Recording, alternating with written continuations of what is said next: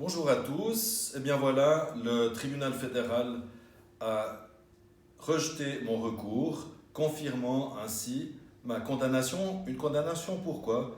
Pour avoir dit tout haut, ironiquement, ce que beaucoup pensent tout bas. Je vais vous dire une chose déjà là-dessus, c'est que l'ironie, malheureusement, n'a plus sa place en Suisse. Ça, c'est une des conséquences de cet arrêt. Et puis ceux qui pensent certaines choses tout bas, peut-être qu'ils ont raison de le penser seulement tout bas. Ça, c'est la deuxième conséquence qu'on peut tirer de cet arrêt.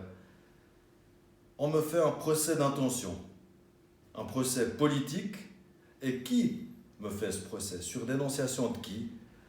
Du fameux Conseil central islamique suisse de Nicolas Blanchot, cet homme qui vient d'être condamné pour propagande islamiste. Qu'est-ce qui est en jeu? Ce qui est en jeu, c'est surtout la liberté d'expression. Quand on fait le bilan en lisant cet arrêt, on peut se poser la question de savoir qu'est-ce qui reste encore dans ce pays de la liberté d'expression. Ce qui est un peu consternant, c'est que je suis condamné pour ce que je n'ai pas dit. Jamais je n'ai parlé d'islam dans mes publications litigieuses. J'ai seulement parlé d'un règlement de compte entre étrangers, et c'est tout. Mais je suis condamné pour ce que je n'ai pas dit, mais tant qu'à faire, s'il faut parler d'islam, on peut en parler, parce qu'en réalité, je suis condamné donc pour ce que je n'ai pas dit, mais aussi pour avoir auparavant critiqué l'islam.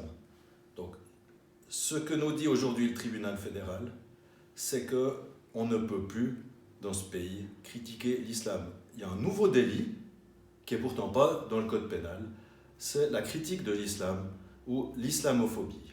Ça, c'est quand même un peu inquiétant dans ce pays.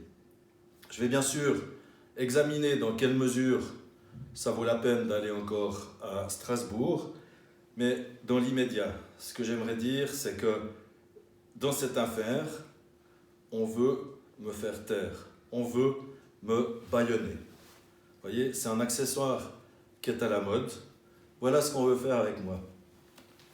Eh bien, moi je vais vous dire une chose. Même avec ça, eh bien, je vais pas me taire. Je vais continuer à défendre notre pays, à défendre notre civilisation. Et puis, pour vous, si je peux modestement vous donner un conseil, prenez garde à vous, bien sûr, prenez bien soin de vous, surtout par les temps qui courent.